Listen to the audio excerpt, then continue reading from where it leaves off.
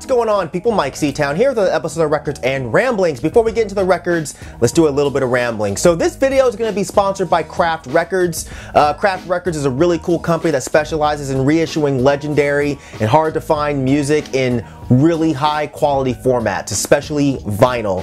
And there's a pretty big list of imprints that fall under that Craft Records umbrella, including Concord, Fantasy, Nitro Records, Specialty Records, Sugar Hill Records, VJ Records, Stax Records, and a bunch more. But in this video, we're going to talk about Stax Records. Stax specializes in old school soul and R&B, and the next three records I'm going to show are all Stax Records releases, as well as they're all Record Store Day releases that will be dropping tomorrow. But yeah, let's jump into it. The first record I'm going to show you is Albert King, Born Under a Bad Sign.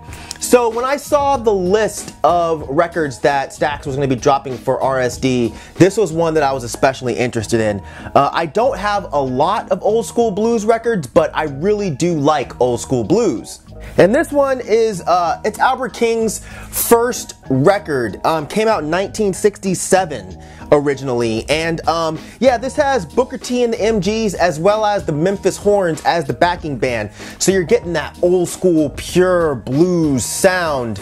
And yeah, putting this on, it takes you right back to 1967. Some smoky ass club and just a whole bunch of cool ass dudes in suits just playing some tight ass music, and you chilling with a little cup of whiskey or something, just sipping and jamming out. But yeah, this is a really cool record, so be sure to check this out. If it wasn't for bad luck, I wouldn't have no luck at all. It's Albert King, boy. Jumping right into the next one, this is Stax Does the Beatles. Hopefully you guys can see that and the light's not blowing it out. But this was a really interesting release that I'd actually never heard about. So this is a bunch of Stax artists covering Beatles songs. So you have Otis Redding doing Day Tripper, you have David Porter doing Help, you have Carla Thomas doing Yesterday, Booker T and the MGs doing Eleanor Rigby. One of my favorite ones on here, Isaac Hayes doing Something. That shit is just beautiful, guys. The Bar-Kays doing With a Little Help from My Friends. Most of it is instrumental, but it sounds so good. The best thing about this is these guys really take these songs and make them their own. They turn them all into these heartfelt, like, soul songs. And I love me some Beatles, but what the artist did here is just really awesome. This is two records, both on black, so I won't bother really showing you that.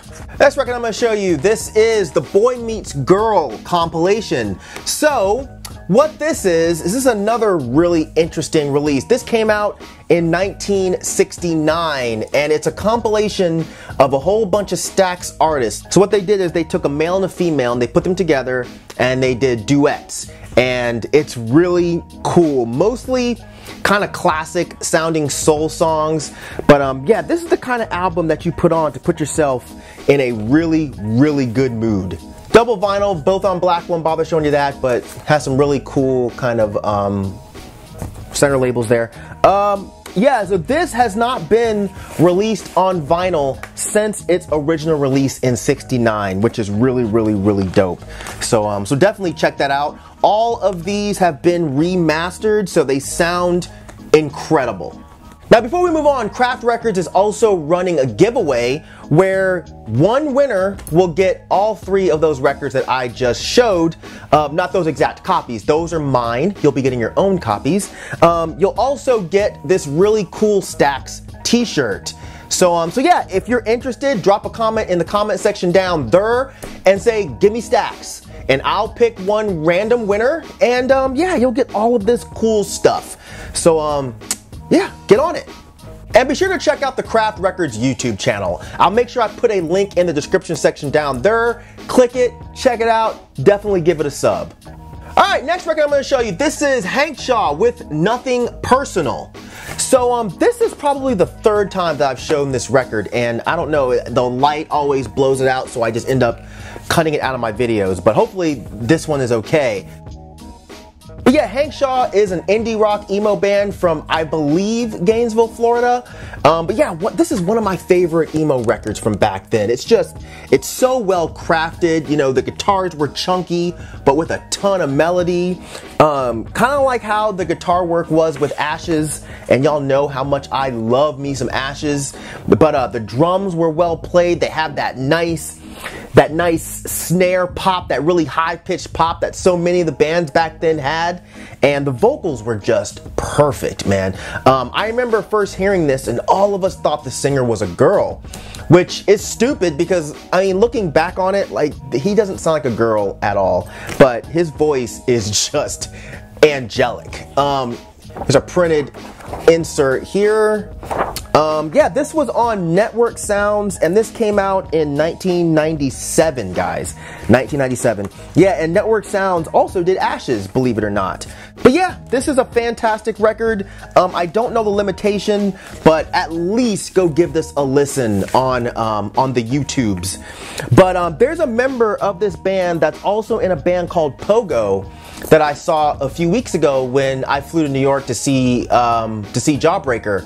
Pogo opened. I had never heard of them, but they were great. Kind of like this late 90s emo rock with a girl singer. I immediately bought their record, then found out that it was members of Hankshaw. But yeah, check out Pogo as well. They just released a new album, and it's really, really, really good. Next record I'm going to show you, this is MF Doom and MF Grimm. This is their EP, and I could have sworn I showed this already, but I could not find a video where that was true.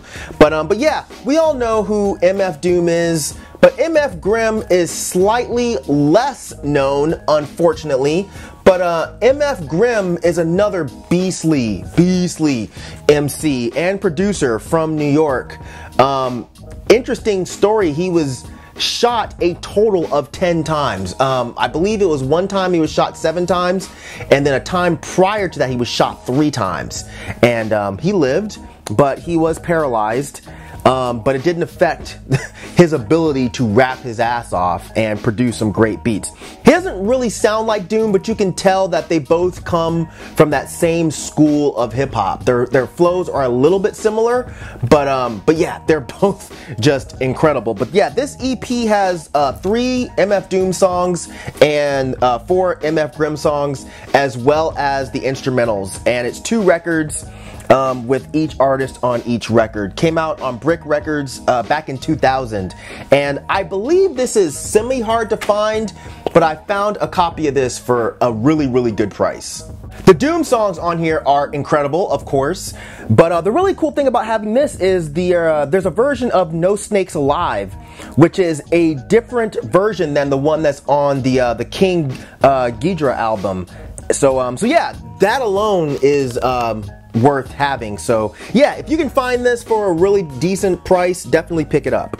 Last but certainly not least, the final record I'm going to show in this edition of Records and Ramblings. This is the self-titled Vornat record. So what this is a Finnish black metal band. They didn't release a whole lot of material, but this has all of it. So there are 2 demos that I believe came out in like 94. Yeah, one demo was 94, one demo was 96, and then they had a random promo that came out in 2002. This has all of it.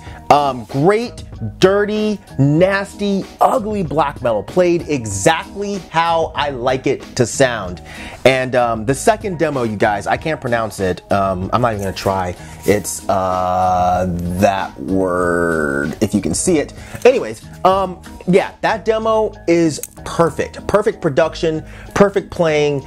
It's just great, and that's where this incredible cover comes from, which I love that. But yeah, that great style of 90s raw black metal that so many bands try to copy today, but they just can't touch it. Like, this sounds authentic. Comes with this printed insert here with lyrics and stuff, and on the back you have some credits as well as pictures of the demos that they dropped. But yeah, I'm not really sure what this is limited to, but I know I had to keep my eye on Discogs for a while to get a semi-decent price, and I actually got this for really cheap considering what these go for. Records on Black won't bother showing you that. But yeah, this is just a great record. I listen to it all the time, and I'm stoked to finally have a copy on physical format. But if you see a copy for, I don't know, relatively cheap, definitely grab it up because it's worth it. But yeah, that's going to do it for this edition of Records and Ramblings. Hopefully you guys enjoyed it. As usual, thank you for living, thank you for loving, thank you for being you, and I'll see you guys next time. All right? Peace out, boy.